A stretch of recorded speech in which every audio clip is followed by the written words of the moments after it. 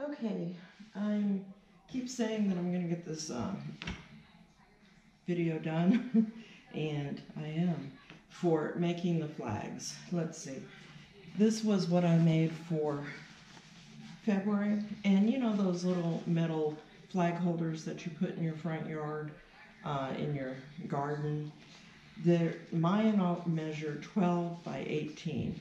So I like my flag material to be a lot larger than I need. So this is what it's going to turn into, and this is what I cut. I usually cut about 14 by 24, I believe it is. And the reason 24. And the reason I do that is I want it to be larger, so if I'm not perfectly straight in the hoop, I can fix it right here and cut it. And I usually do a wave stitch around the edges, and I even do it around the back, just so it doesn't fray. If you don't have a serger that does a wave stitch, do a rolled hem. You could also take a lighter and you can burn the edges so that they don't fray, because this is a Sports Nylon. It's not thin like a ripstop, it's a little heavier. At Joann's, at my Joann's, it's right next to the, what is that? Cutting table. It's right there on the left if I'm standing there looking at the cutting table. And I just look for the one that is not got the stripe. It looks like stripes and little tiny rectangles in it, which is ripstop. So if you want to get wrinkles out, you can take an iron to it. You can also iron no-show, which is the poly mesh no-show stabilizer. You can iron that to the back of it. And I've done that many times, and you see I don't take the stabilizer out. I make the stabilizer the same size, if not a little larger, if I have extra and I don't feel like cutting off. And then I just include it with my finish. You could also, to finish this, you could turn under 1/4 of an inch and sew it. So let's just talk about how I hoop it, and that pretty much you can do the rest without me showing you. But you can do it on the machine. I choose a large saying, and usually it's the month. And this is Julia's needle, and they're free. Right now she's got January, February, March, and April are released, and they're free.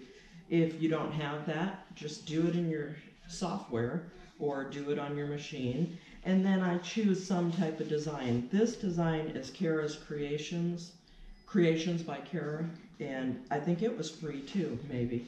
So just find designs. I also enlarge them if I need to. This is perfect size for what I'm doing, or you can enlarge it. I'm using most of the time the 9.5 by 14 magnetic hoop. I hoop this. I do not like to float it, because if you float it, I found way too many pulls, and it's just the satin stitch is just too dense, so it's going to pull and pucker if you don't have it hooped properly. Most of the time I was cutting this a lot larger, and I was using my largest hoop, which on the Dream machine is 9.5 by 14, which my Dime Monster hoop is 9.5 by 14.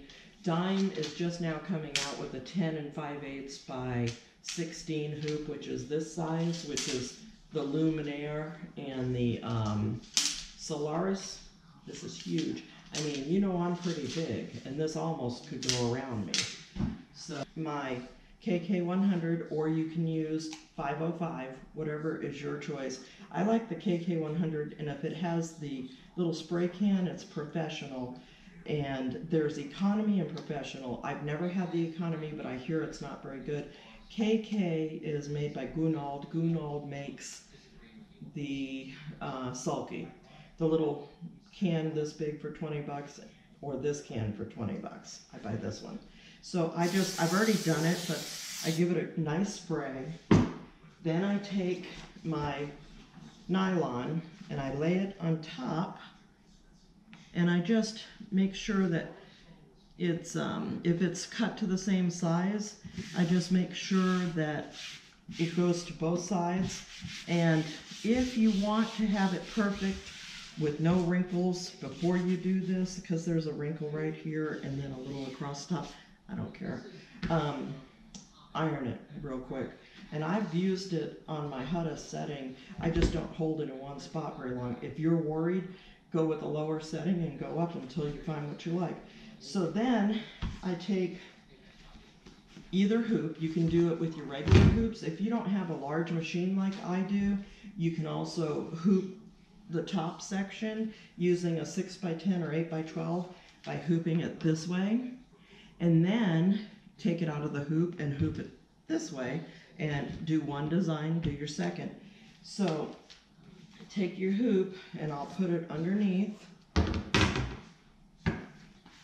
and I will just make sure, I usually line this up with a line, and then I try to get it so that I know for a fact there's going to be at least 2 to 4 inches up here at the top, and the bottom of the hoop is right here, and I don't need that much at the bottom of my flag, so I'm going to move that up, give me extra fabric up here, because once everything is embroidered, I'm going to finish off, and you don't have to finish off this edge. You could just run a stitch across so that if it does start to fray a little bit, because most of mine, you see there's a little thread coming off.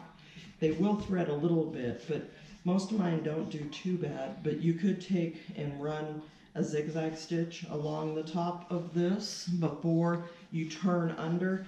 You want a nice pocket. This is at least 1.5 inches or 2 inches for a pocket. And I turn, once I do the embroidery design, I take it off, I cut it to within 1/2 inch of my, on the sides of my 12-inch wide. So I'd cut it 13 inches. Then that gives me 1/2 inch on each side to either turn under and stitch or cut off as I'm doing my wave stitch. And the total when I'm through, lengthwise, you want it to be about 18. It can be a little longer, but that way there, after I do the top and fold over my 2 to 4 inches, it depends on how long I've cut this, I go ahead and measure. Once I have the top done, I measure it on here and see how many inches I have left at the bottom. And I might cut off the bottom and leave myself 1/2 inch to either turn under, do the wave stitch, or seal it off somehow. So I've got my hoop under there, and since this is a magnetic hoop, I can feel and I see that I have about 1.5 inches on either side. I look for where the little finger handholds are on my hoop. I put it on and I find the side and I look to see if I'm about right. And I just drop it down. Then I just pull a little bit and make sure it's nice and tight in this hoop. And I take it to the machine and I embroider it. So after I get these embroidered, we'll come back and we'll do some kind of finish on it. Okay, so while I've got that one sewing, let's take the one that I've already finished.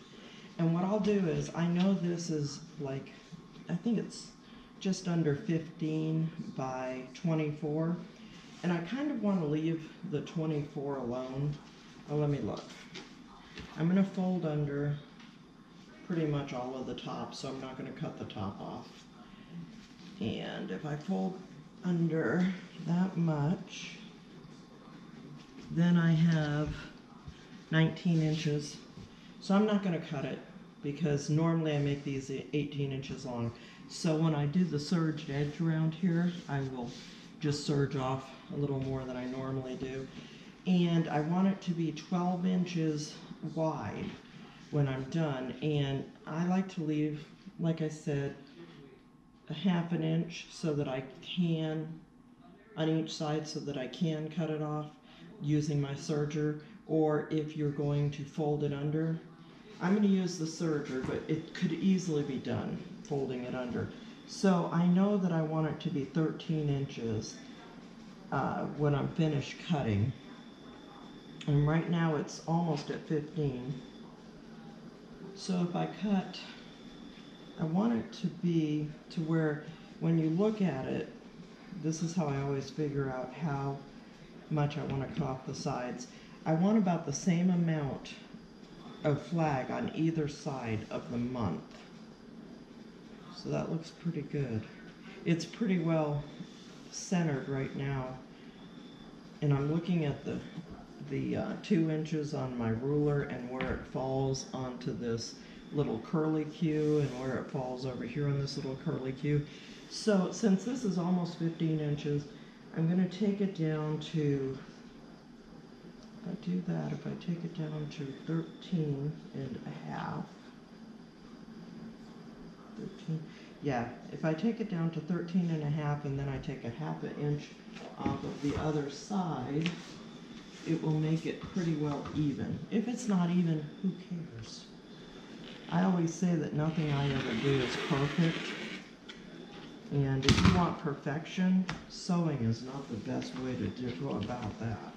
So then I'll lay this to where it's even on my line on my mat and even here across. And another thing you can do is you can use the line that's going across the bottom of your ruler to put, if this line is straight, which mine is, and keeps your ruler straight. The other thing is put 4 of your fingers on the ruler and a pinky off to the side. That helps keep your ruler straight. Okay, so now I'm just going to take this down to 13 inches. So I'll have a ½ inch on either side that I can take off as I'm sewing and putting this together. I'm making sure it looks right before I cut. There we go. All right. Now, I don't need to, because I'm going to serge this, but if you're going to turn under, and that's what you could do, you could take it to the sewing machine, turn under a ¼ inch, a ½ inch on all sides, and sew. Then after you sew, I would even turn under a little bit on the top. After you sew all 4 of the sides, then you would turn over your top and top stitch it here, and then top stitch it on the top. That gives you a little nice little edge. On mine, I always put there's a row of stitching at the bottom and there's a row of stitching at the top, and you could go down, this is only a ¼ inch, but you could go down a ½ inch. So if you're going to sew it, do that. I'm not going to sew it, I'm going to serge it. But if I were going to sew it, I would go ahead and cut the stabilizer off the bottom because you don't need it. But since I'm going to serge it, my serger will cut this off. Okay, to the serger.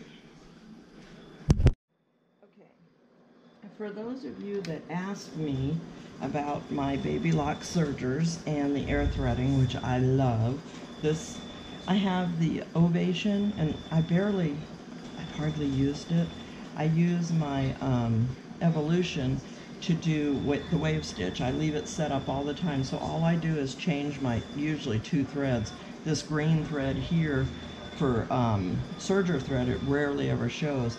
But what you do is I've already put the green on, and it goes into this tension, and then you put the end into your port. Then the white, I always take the scissors and I cut a little bit off the ends because a lot of this threads will have like a little, they'll be unraveling a little bit.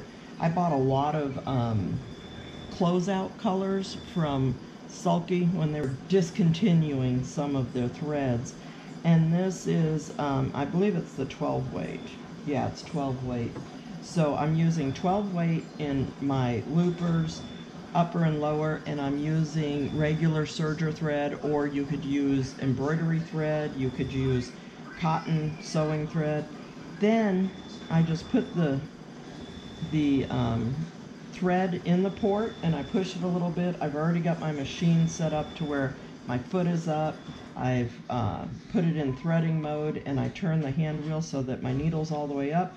I push the button, all my threads go through. Then I turn the threading bar back up to serging, close the door, and if all is well, then it will sew just fine. I don't have, I always have test sample material here, and I don't have a big pair of scissors that I usually use to, I will cut a piece off, and let's just grab something that I'm actually sewing with. Here's nylon. Sports Nylon is what I've got. I put my foot down, and then I start serging, and I always do a test sample before I start. And I put it through the machine. If I haven't threaded it correctly, it will go ahead and tell me that, you know, because it won't serge properly, and I'll rethread it. So I go past, and I've got a cutting here, but I usually just use my scissors, and I check my stitch. Looks fine to me, I like it. So let me get my flag. Now I've left the stabilizer on as we discussed, and I'm going to start by going across the top, and I don't take very much off of the top, and I'll lift my foot up and get it under there, and I take a small amount off of the top, and I just go through. And this is kind of, you know, slow and boring. I don't like to run my Serger full blast all the time, especially because it gets really loud. But I will go ahead and do all 4 sides of this, and when I get the 4 sides with the wave stitch, then I'll take it over to my sewing machine, and I'll turn under or over, however you want to say it, my top hem, which will make my sleeve for the bar of the flag post to go through. Alright, so I'm going to go ahead and continue doing this, and then when I come back, we will sew the pocket. Okay, so I'm getting close to being done with my 4th side of the flag, and I am cutting off about a 1/4 inch to a 1/2 inch on either side. These do not have to be perfect. They're just little flags that you might use outside for a couple years and remake a new one, you know. I'm in the process, every time I make these, I'm making 2. And when my niece, when I send her next package, she'll get a year's set of flags. Okay, so I'm at the end. Now, before I take this over to my sewing machine and put the rod pocket in, I'm going to take, this is fray block, and it's June Taylor, I believe. Yeah, June Taylor. Drop or 2 on every corner of this, and then I'll let it dry for a little bit before I do any sewing. And if you splatter any on the flag, it'll go away, because see, I just splattered some, but usually ends up with a little on my clothing and stuff. So I just put a little drop, and I'll let it dry, and as soon as it's dry enough, then I will snip the threads off, and I'll snip them pretty close. So give me a few minutes. I'm gonna run an iron over this. You could do a blow dryer. You know, you can run your iron over it to dry it up a little bit. You can let it just sit here for an hour or so. It doesn't take long at all. And as soon as it's dry, I'll snip the threads as close to the stitching as possible. And that way there, I didn't have to go 1 thread past, pull, and I wasn't worried about that. I just sewed off for every one of them. To me, that's the easiest way. Now, you could just go ahead and turn this, and while it's drying, and sew your pocket, and then clip all the threads, you know, the next morning or something. So let me get the sewing machine set up and move. Okay, so I found a green thread. It is not perfect, but it probably won't really show. And this flag's for me. The next one that I do will be for my niece. And if I don't like the way this one looks, she'll get the other one, you know. So I've got it threaded, and my bobbin's in. I don't have much room to really work, but I know that I've got more than enough. I don't have my little ruler sitting here that I use, but I know that that's a good 2 to 3 inches right there. So I turn it under, and I'm going to turn it over and sew because I want the green on the top. I've got black bobbin thread in here. And so I'm just going to make sure I sew straight. Where's my foot control? And if I sew straight, I can feel the stitches from the serger, the wave stitch. So if I put my foot right along where those stitches are, it will catch just fine on here. And I'm just going to go across, and when I get to the end, I'm going to go ahead and tack it, you know, back stitch a little bit, make sure that it's secure. See, I haven't clipped the threads yet, so I'm getting close, so let me go ahead and tack it back and cut my threads. Here, I'm just gonna, this is how I cut these after I fray checked them and they dried. And I've got these two up here. See, I did the sewing and they're still on. It's not a big deal. Cut those off. Now, I've got the bottom of the pocket sewn, and then I'm not perfectly straight on my sewing because I'm talking and doing. I sew better when I'm not talking and doing. I'm gonna sew a second stitch. I don't want my little featherweight sitting there. I'm going to just go down to I'm gonna make it the edge of my foot, and then I'm going to do the back stitch and go straight across and using the edge of my foot as my guide. If you want a little bit more of a header on that, go ahead and use a foot width or something. Move your needle to the right. Use the straight stitch with your needle in the right position, or don't sew so close to the top. I'm not that particular with it because I've made a bunch of these, and all they're doing is sitting outside in the weather, and they do hold up really well. I've had people ask me why I'm not using the sailboat material for the sails or the boat covers, and it's like, well, we had a boat cover that was like this but probably a little thicker. Now that I think about it, I should have kept that cover and cut it up. It was this ugly green color too. But I could, you know, if you have stuff like that, or you go to Goodwill and you see an old boat cover and it's white or beige, you can make a lot of flags out of that boat cover. So the flag is done. Now, if you do not have the serger, take your nylon, fold it, right?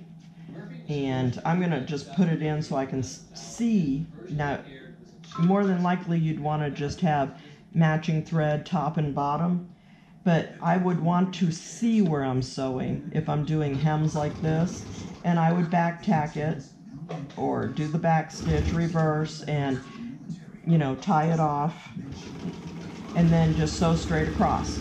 Then when I get to the other side, you could have this all pinned if you want to use pins, or I don't have any sitting here, but you know the binder clip type.